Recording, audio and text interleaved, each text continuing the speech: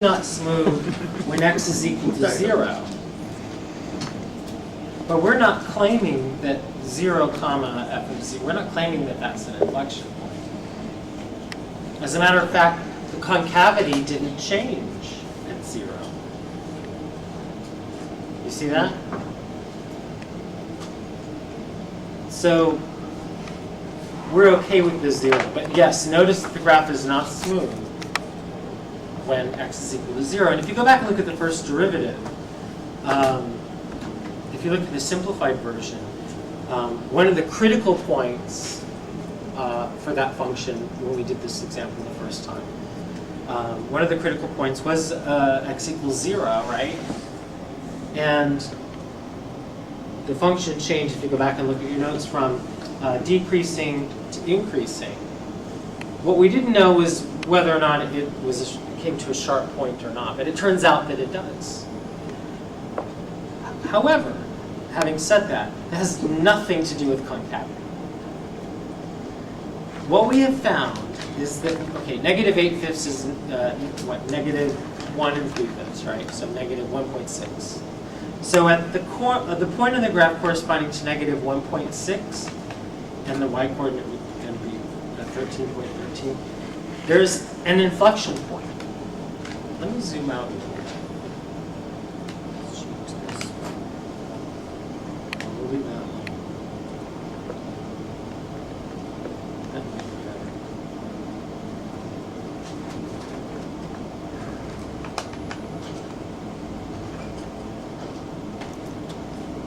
Okay, here's what I'm going to do.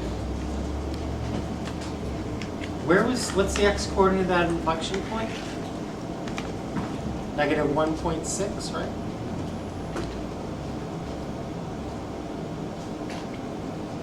Okay, I'm toggling back between, look, it says x equals negative 1.7 and negative roughly negative 1.5. So it's somewhere between here and here. Does it look like there's an inflection point?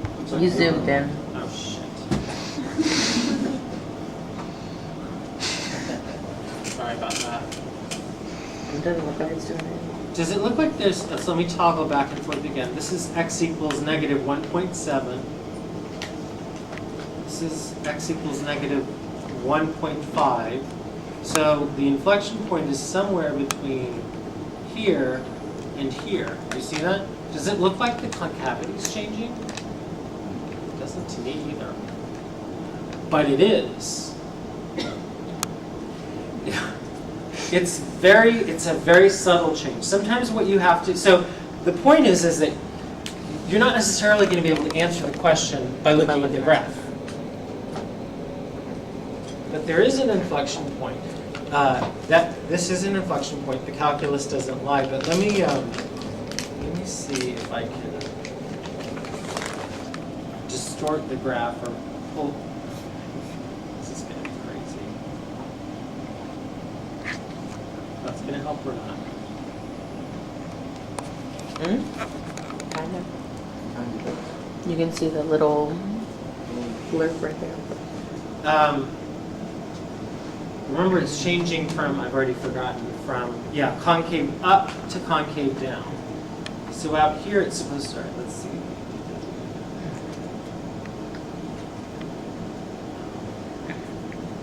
Let's try this.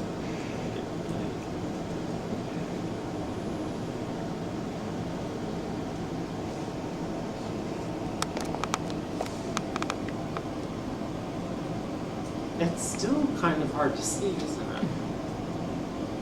I mean, it's supposed to be, it does kind of look like it's slightly concave up here.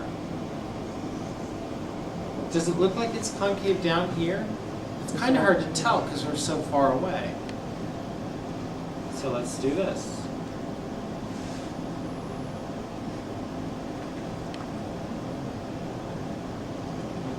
Let's just go close to, let's see how well this works.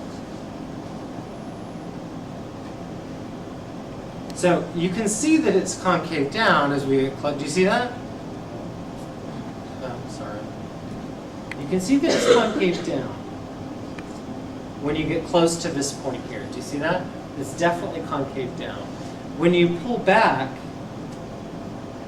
and you go from minus 100 to 100,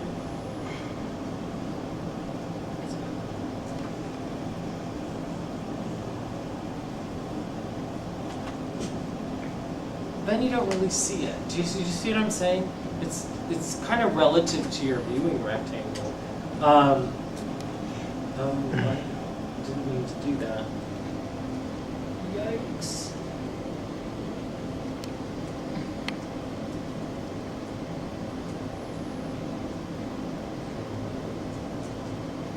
Messing it up.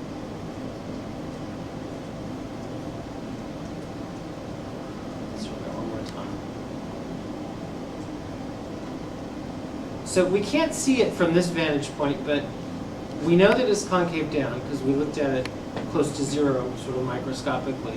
And as you come out here, I don't know if you can see, but it's starting to be clear that it's concave. It's concave up over here. Do you see that? So the moral of the story is you're not necessarily going to be able to tell. I mean, there are two issues. To look at the graph and say, is there an inflection point? Sometimes you can't tell by looking at the graph. And then, of course, the harder question to answer just by looking at the graph is, what is the inflection point if there is one? I don't know. It's somewhere in here, but the calculus pinpoints it. Do you understand what I'm saying? It tells us there's an inflection point at this point right here, whether the graph shows it or not. I'm so bad about that. Whether the graph shows it or not, it's there. No. Wrong direction. Okay. The last thing we're going to talk about in this particular section is the second derivative test.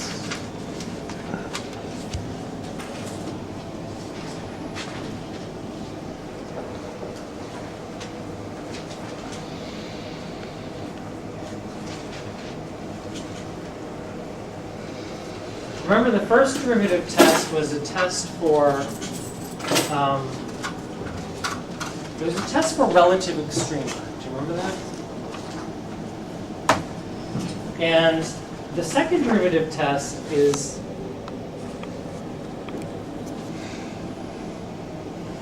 also a test for relative extrema.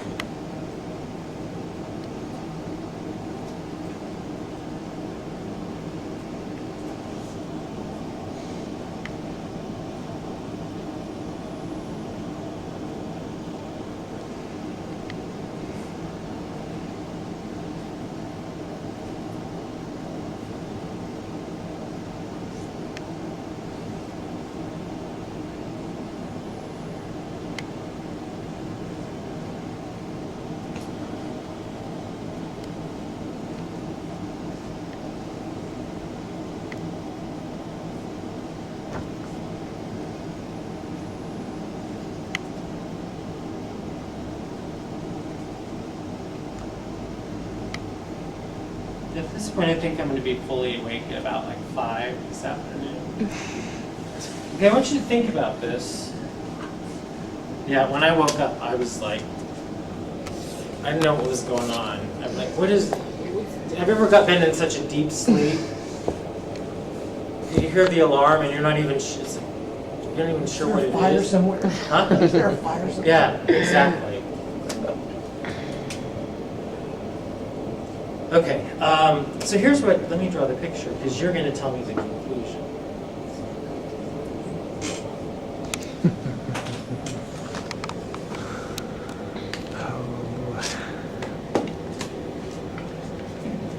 If f prime of c equals 0, okay, good,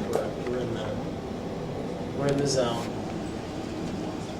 If f prime of c is 0, then what does it tell you about the slope of a tangent? That it's 0, right? Because f prime of c is the slope of the tangent. And so if the slope is 0, what does it tell you about the tangent line? It's horizontal. So this right here says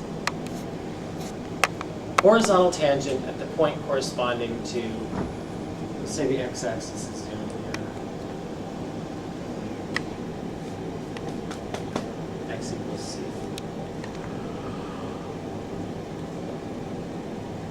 That's what this tells me. Let's say this is the point on the graph. This is CF of C. There's a horizontal tangent at that point. Okay, now, if f double prime of C is positive, then what does it tell me about the graph of f? Concave. Concave up.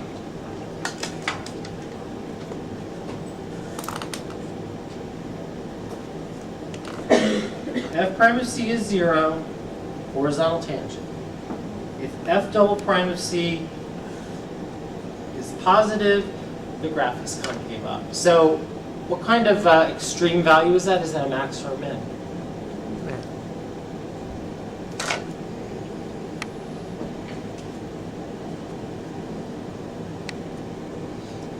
Okay, in the second case, we still have a horizontal tangent. But in this case, the second derivative at C is negative, which means that the graph is what? Concave down. If the graph is concave down, there's a horizontal tangent at this point, then this is a relative max.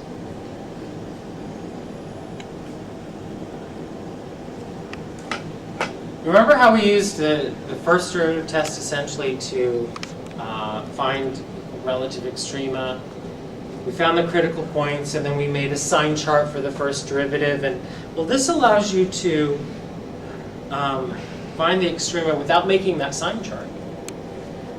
The only problem is, so here's the second derivative test.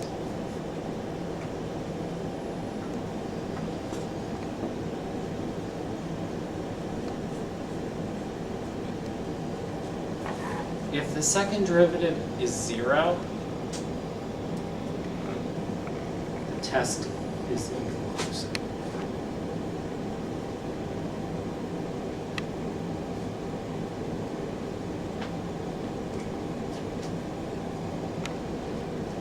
In which case,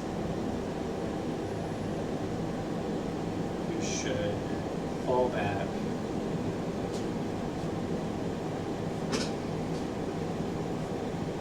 to the first derivative test.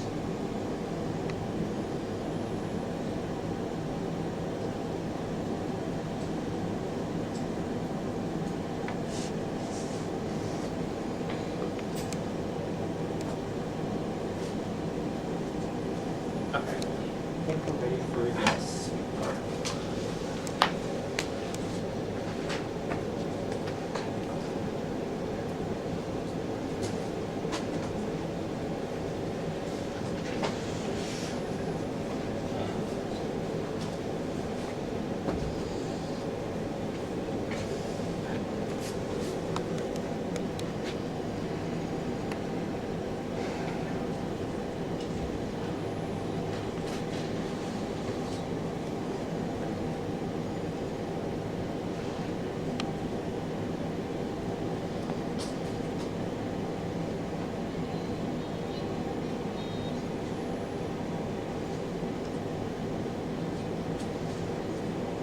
Now, I didn't say do this by using the second derivative test, so I guess technically you don't have to, but we're going to.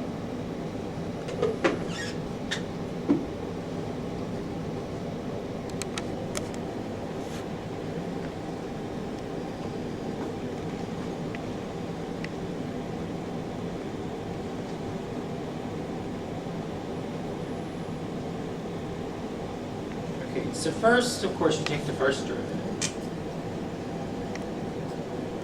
Take the first derivative and what do you get? Negative 4x useless one. Negative 4x cubed plus what? 4x. Okay. Now, go back and look at the second derivative test. First thing we need to do is figure out when the first derivative is 0. So set this equal to 0. I can factor out an x and a 4.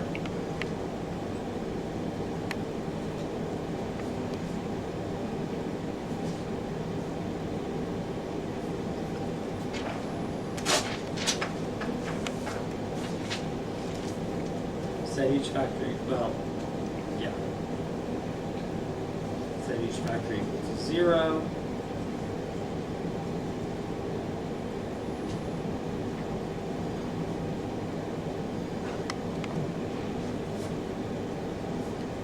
And you get 3 critical points.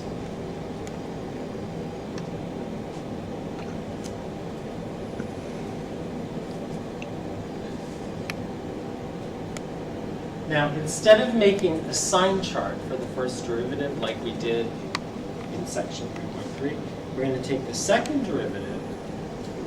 Here's the first derivative. What's the second derivative? Negative 12. Plus 4, right? Okay, let's take the first critical point. It's 0. What is f double prime of 0? 4.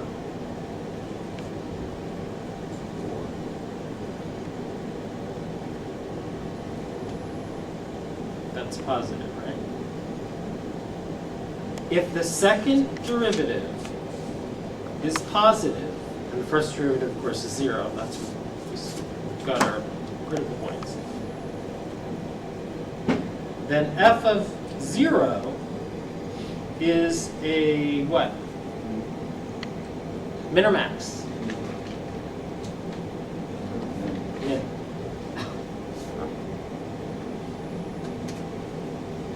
So you find the critical points by setting the derivative equal to 0. We found 3 of them.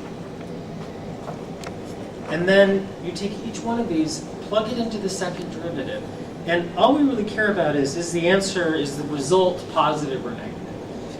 If it's positive, then f of c is a relative min. If it's negative, remember, concave up, positive, f double prime positive means concave up, horizontal tangent, min. If you have a horizontal tangent, the graph is concave down, well, that's going to give you a max. This is a relative. What is f of 0 equal to, by the way? Sorry. 12.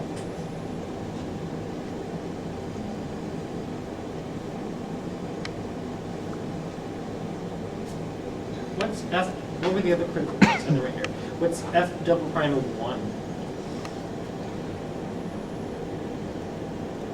Isn't it negative 8?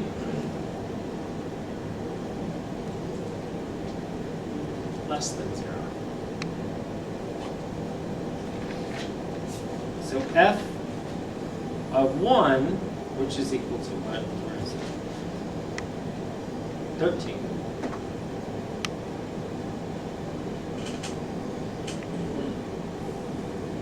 It's a relative what? Max.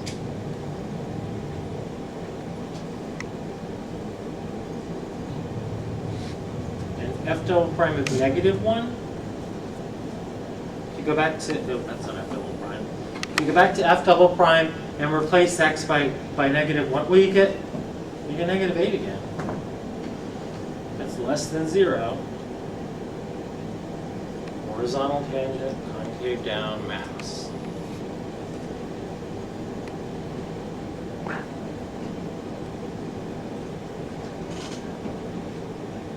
And what was the function again? Oh, it's an even function, so this should be 13 as well. Let's just take a look at this for a second.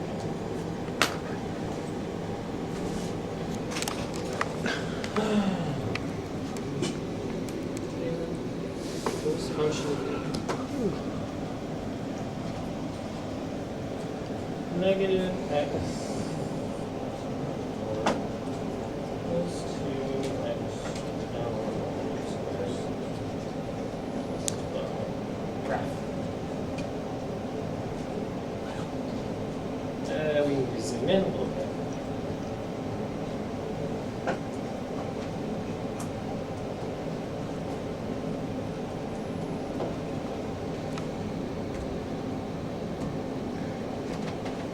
That's what the graph looks like.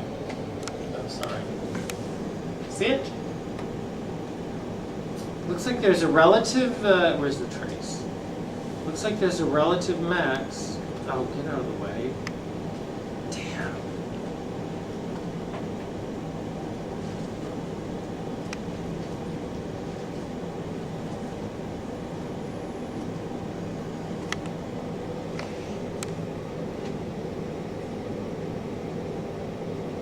Looks like there's a relative max over here somewhere. The x-coordinate is between negative 1.06 and negative 0.957. I wonder if it could be negative 1. That's what it says. That's what we came up with. Looks like there's a relative min somewhere in here. It looks like it's about right here. Look at that. 0.12. Exactly what we found.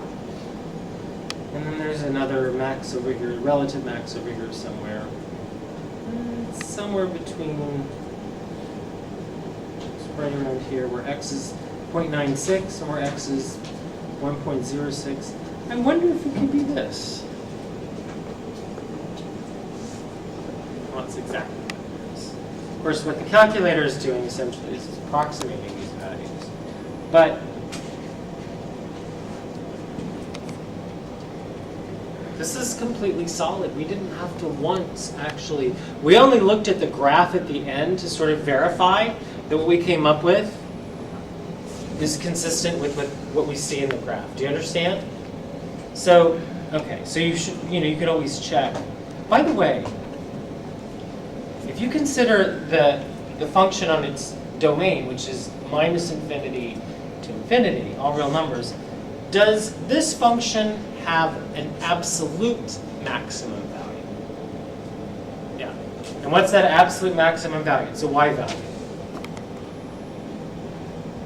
It's 13, isn't it? And that 13, that absolute maximum value, occurs at two different places, at x equals 1 and x equals negative 1. Is there an absolute min? No absolute min. The graph just keeps descending no matter which way you go, left or right. Okay. Wow, we're in good shape. Last but not least, you know that I did give you this. I gave you this sheet with the graphs. Not. I didn't give. Yeah, I gave you this, right? I do. This. Everybody have one? Yes. I need one. All right. So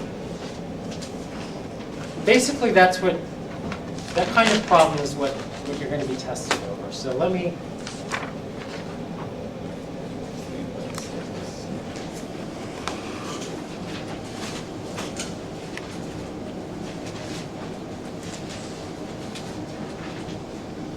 So basically what I'm going to do is I'm going to give you some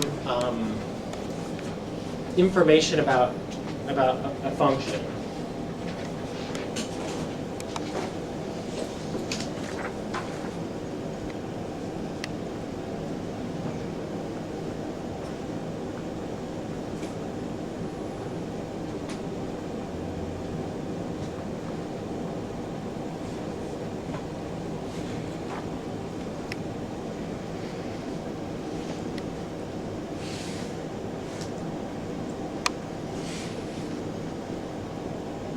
So first, f of 1 is 3, f of 2 is 1,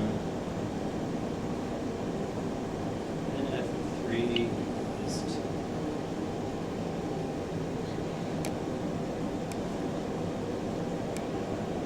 The derivative is positive 2 to infinity, negative on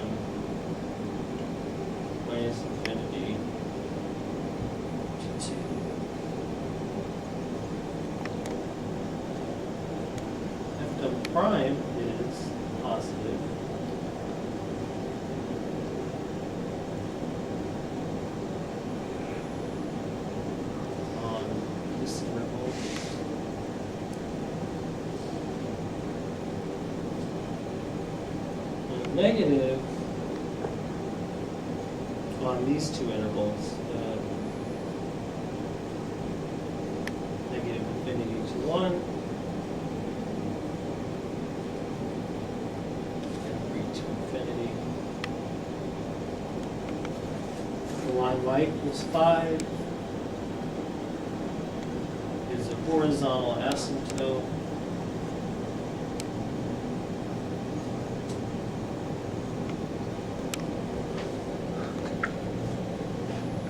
Last but not least, the graph of f is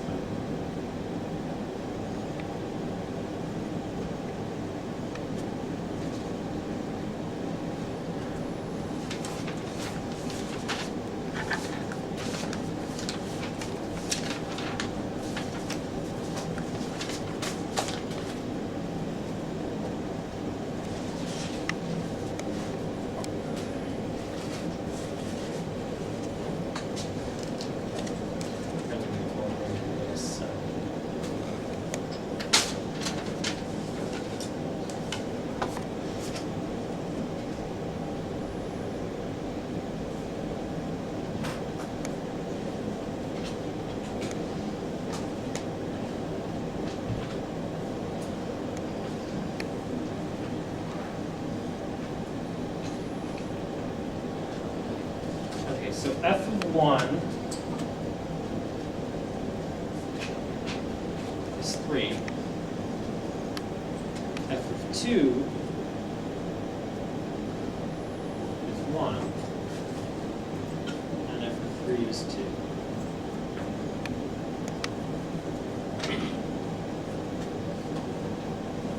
Okay, now, what I'm going to do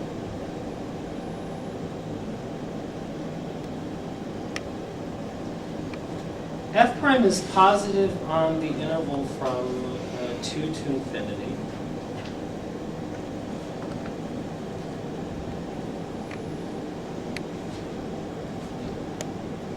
That means that on the interval from 2 to infinity, the function is what?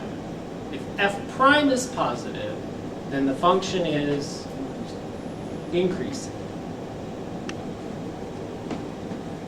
Okay, well, f prime is negative on the interval from minus infinity to 2. So on that interval, from here on over, the function's what?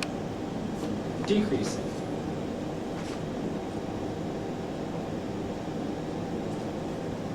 So it's increasing to the left, to the right of 2, decreasing to the left of 2. Okay, now what about the second derivative? Well,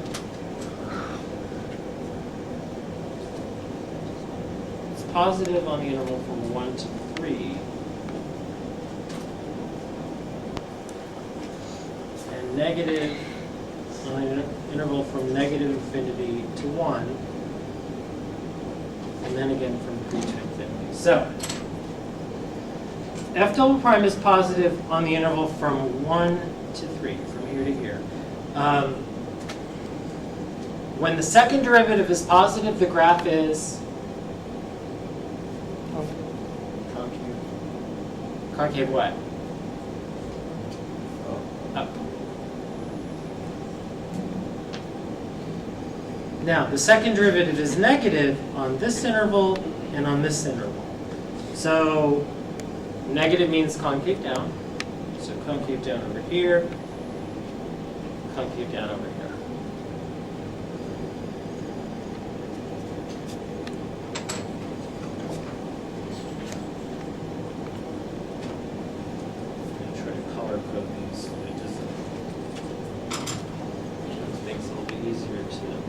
Oh, yeah, one other thing.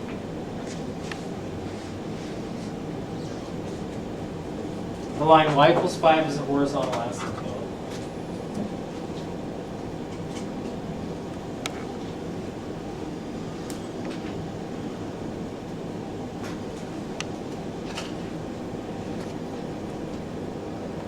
Okay, so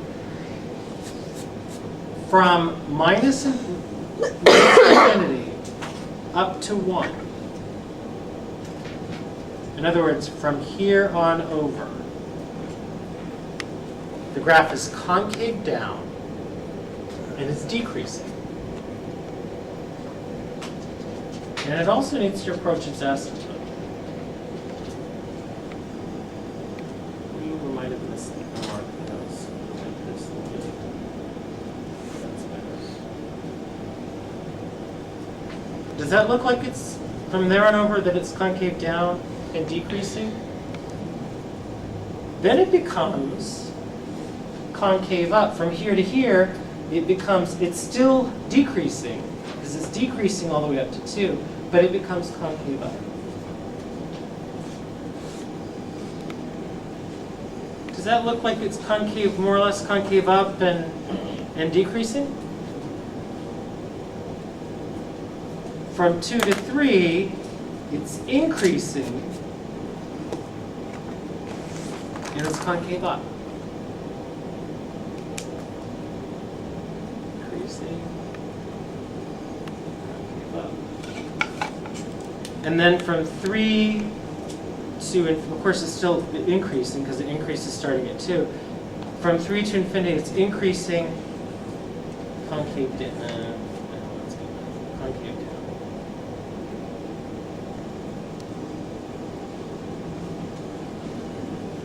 So what's important to me, and therefore important to you,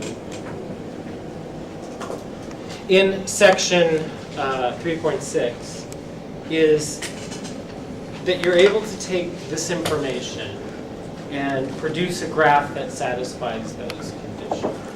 So that's why I gave you the 3 sort of practice problems.